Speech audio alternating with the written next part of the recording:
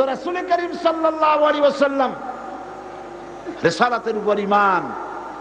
আমি আবারও বলি, মিলাদ শরীফ পড়ে মিছিল করে জশ্নে জুলুস করে রাসূলের রিসালাতের উপর ঈমানের দাবি পুরো করা যাবে না। এই দাবি পূর্ণ হবে রাসূলুল্লাহ যেভাবে রাষ্ট্র তৈরি করেছিলেন সেইভাবে রাষ্ট্রীয় ক্ষমতা হাতে নেন, তাহলেই সেই হক পুরা হবে। রাসূলুল্লাহ কি করেছিলেন?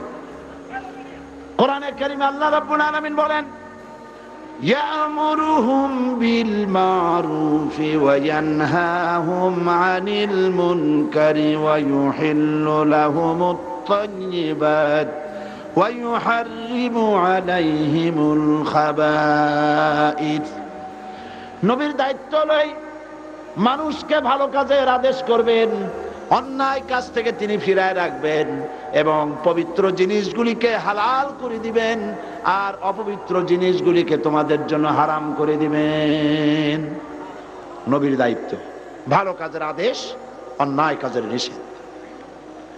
এই কাজটি রাষ্ট্রীয় পর্যায়ে করেছেন রাসূলুল্লাহ, ক্ষমতায় না আসা পর্যন্ত এগুলি করতে পারেন না। একটা সাফ কথা শোনাবো। রাসূলুল্লাহ মক্কা শরীফে নবী হিসাবে কত বছর ছিলেন? 13 বছর। তখন আল্লাহর ঘরের ভিতরে মূর্তি ছিল না ছিল না? কয়টা মূর্তি ছিল?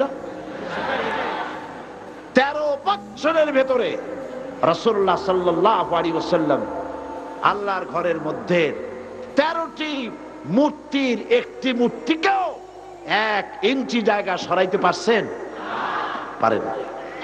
কিন্তু যখন মদিনায় তাইয়্যিবায় যখন এলেন, আজকে রসুল শুধু রসুল নন, একদিকে রসুল আর একদিকে তিনি একটি দেশের প্রেসিডেন্ট।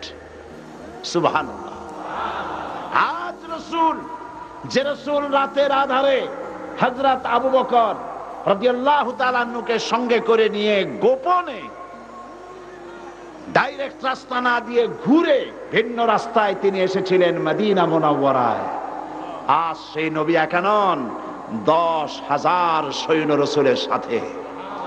10,000 তরবারির, রূপলি তরবারির চমকে মানুষের চোখ স্থির হয়ে যাচ্ছে, ভয়ে কলিজা গলার কাছে এসেছে।